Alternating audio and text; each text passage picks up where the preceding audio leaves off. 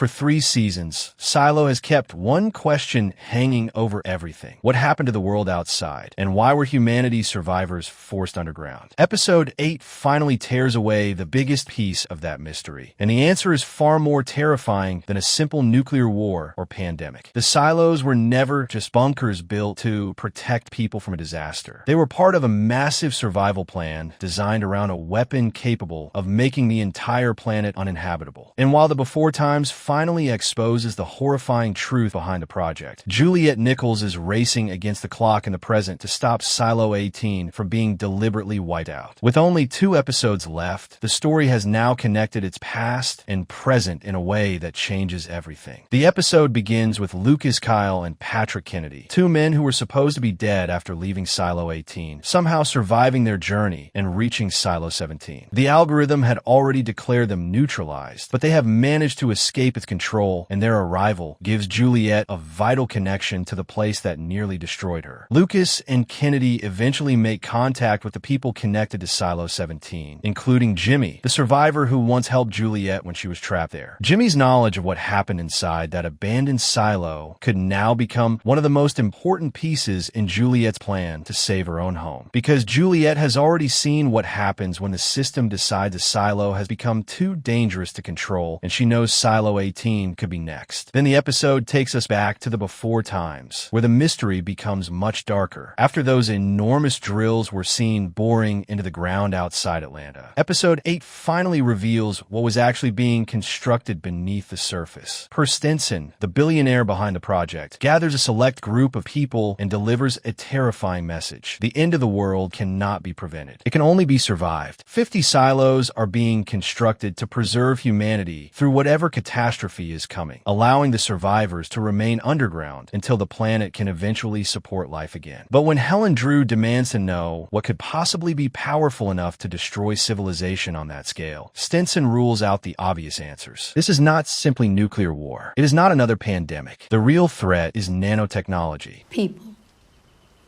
to repopulate the earth.